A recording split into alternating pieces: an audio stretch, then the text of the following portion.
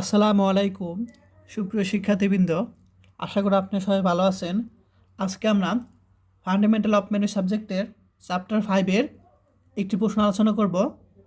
প্রশ্নটি 11 সালে চলে আসছে, খুবই সহজ। তো প্রশ্নটি হলো, যদি এ থেকে বি বড় হয়, যদি এ থেকে বি বড় হয় এবং এক্সটা কি 0 থেকে বড়, এবং এ আর বি যদি কি স্বাভাবিক সংখ্যা হয়, তবে আমাদের দেখাতে হবে 1 + x divided by a power a greater than 1 + x/b power b. এই প্রশ্নটি 11 সালে চলে আসে, খুবই সহজ। এখন এই প্রশ্নটা করার আগে আমাদের একটি সূত্র জানতে হবে। তোমার বিস্তৃত সূত্রটা আমি লিখে দিই এখানে।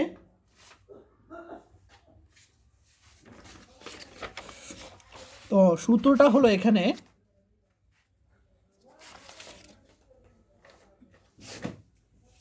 এখানে লিখে দিই,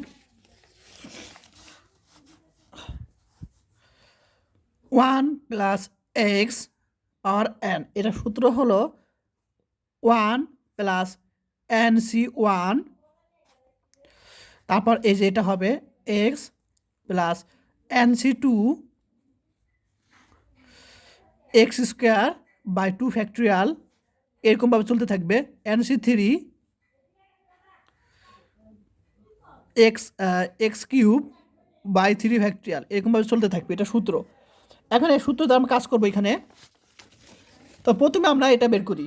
তো আমরা জানি 1 + x/a পাওয়ার a, তাহলে আমরা x/a কে ধরবো, আমরা x মনে করব, এবং এই n কে আমরা a মনে করব। ঠিক আছে? তো সূত্র কি জানি আমরা, 1 এখানে হবে তোমার nc1, অর্থাৎ এখানে a আছে, তাহলে ac1 মানে a। এখন আমরা জানি যে এখানে 2c1 মানে হলো 2, 5c1 মানে 5, অর্থাৎ এরকম থাকলে কি হবে, এই উপরটাই হয়। তাহলে এখানে এ আছে, তাহলে ac1 মানে এখানে এ হবে। আর এক্স এর মান এখানে বসবে, তাহলে এক্সটা কি ছিল এখানে, x/a বসে দিলাম। আর এ যে অংশটা, অর্থাৎ ac1 মানে এ বসে দিলাম, প্লাস এখন nc2। এই nc2 হলো তোমার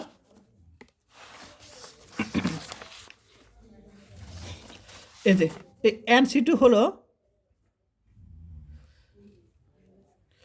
n × n-1, ঠিক আছে। আর নিচে তোমার কী হবে, 2 ফ্যাক্টরিয়াল। তো যাই হোক, আমরা এখানে বসিয়ে দিলাম। ও এখানে nc2 2 ফ্যাক্টরিয়াল হবে না, তাহলে nc2 হবে তোমার nc2 হলো তোমার এখানে n × n-1 ডিভাইডেড 2 ফ্যাক্টরিয়াল। তাহলে এরকম কি হবে তোমার, কই যেন ছিলাম এখানে। তাহলে n এর বদলে এ দিব, a × a-1 2 ফ্যাক্টরিয়াল, আর এখানে x², x এর উপরে এটা, এরকমভাবে চলতে থাকবে তোমার। তবে nc3, তো nc3 হলো তোমার এখানে এই যেরকম নিচে 3 ফ্যাক্টরিয়াল x³ কি তোমার, এটা x ধরছিলাম x, তাহলে এরকম লিখতে পারি x/a² লিখতে পারি, প্লাস ডটটা চলে থাকবে। তো আমরা কত পর্যন্ত, এ পর্যন্ত, অর্থাৎ x/a। আচ্ছা, তো আমরা এখানে কাটাকাটি করে এ আর এ কাটাকাটি করে x থাকবে। আর এখানে তোমার দেখো এখানে স্কোয়ার, অর্থাৎ x², আর নিচে a² আছে। আর এটা গুণ করলে আমরা কি পাবো, a² এ পাবো। আর 1/2 ফ্যাক্টর বাইরে আসলাম, আর x²টা আমরা a2 কে নিচে দিলাম x², সিম্পল জিনিস। প্লাস 1/3 ফ্যাক্টরিয়াল বাইরে নিয়ে আসলাম। এখন এজ a × a-1, আর এখানে কিন্তু x³ a³ থেকে আমরা a² নিয়েছি, তাহলে a² আমরা এটুকে নিচে দিলে দেখো, এই যে এখানে আমরা পেয়েছিলাম, এই যে এখানে পেয়েছিলাম দেখো আচ্ছা এখানে করছি দেখো, এ স্কোয়ার মাইনাস ওয়ান, এ স্কোয়ার মাইনাস ওয়ান, আর এটা নিচে আমরা দিয়েছি কি এ স্কোয়ার এখানে দিয়েছি, আর এ মাইনাস টু, আর এখানে একটা এ থাকে, একটা এ এখানে দিয়েছি, আর এখানে এক্স কিউবটা থাকবে এখানে। Clear? Plus dot dot x by a power a পর্যন্ত। এখন এখান থেকে আমরা কি লিখতে পারি?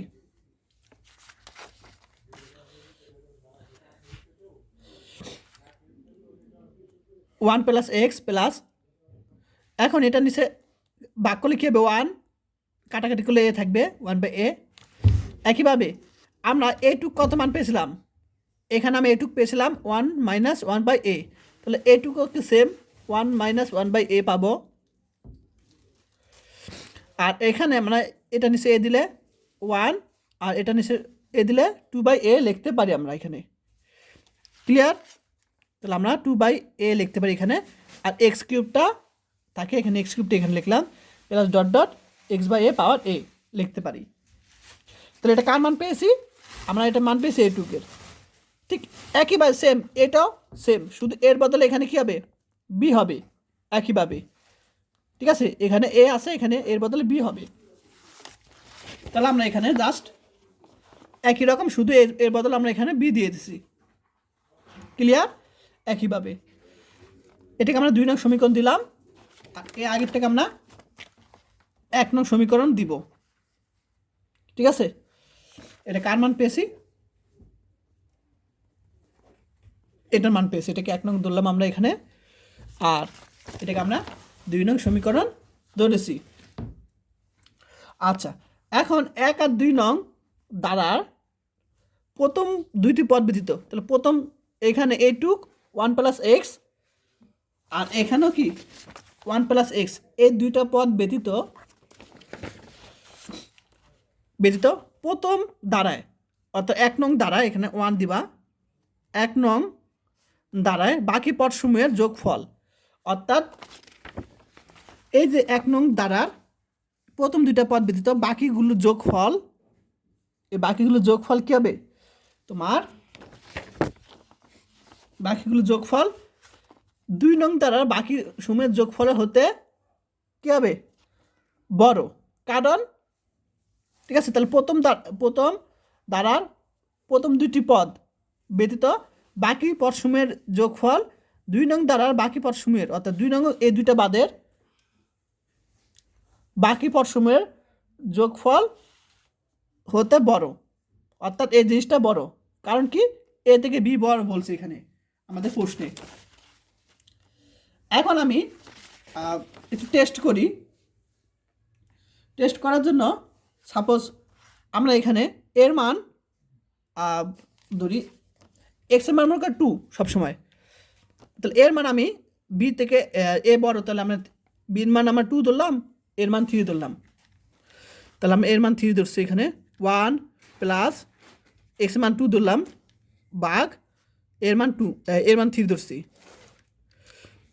তাহলে আমরা কত পেয়েছি এখানে? 1.66। আচ্ছা, এখন এখানে 1 প্লাস এক্সের মান আমরা 2 ধরছি, বাঘ বির মান 3 থেকে ছোটো, অর্থাৎ 3 মান এর থেকে ছোটো, এর মান 3 ধরছি, তার থেকে ছোটো মানে 2 ধরলাম, 2। আচ্ছা, এই 2 পেয়েছি। এখন আমরা এখানে বির মান কত? 2 ধরছিলাম, তাই পাওয়ার 2, তাহলে এখানে এটা পাই কত? 2 পাওয়ার 2, 4। এখানে মনে কোথাও কি হয়েছে কি না? ও আচ্ছা, এখানে আমি একটু ভুল করছি, এখানে তোমার পাওয়ার এ হবে এখানে, এই কারণে জানাটা হয়ে গেছে।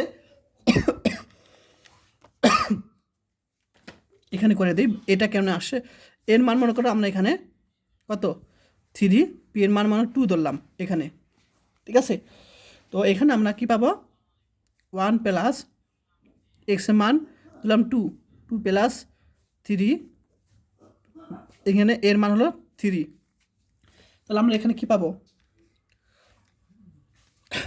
1 প্লাস 2 ভাগ 3, উপরে আমরা 3 হবে 4.62 এরকম পাই আমরা। ঠিক আছে, এখন এটা ক্ষেত্রে দেখি 1 প্লাস এক্স এর মান 2 ভাগ বি এর মান 2 পাওয়ার বি এর মান 2 4 পাই। তাহলে অবশ্যই বুঝতে পেরেছ যে এটা থেকে এটা কি বড়।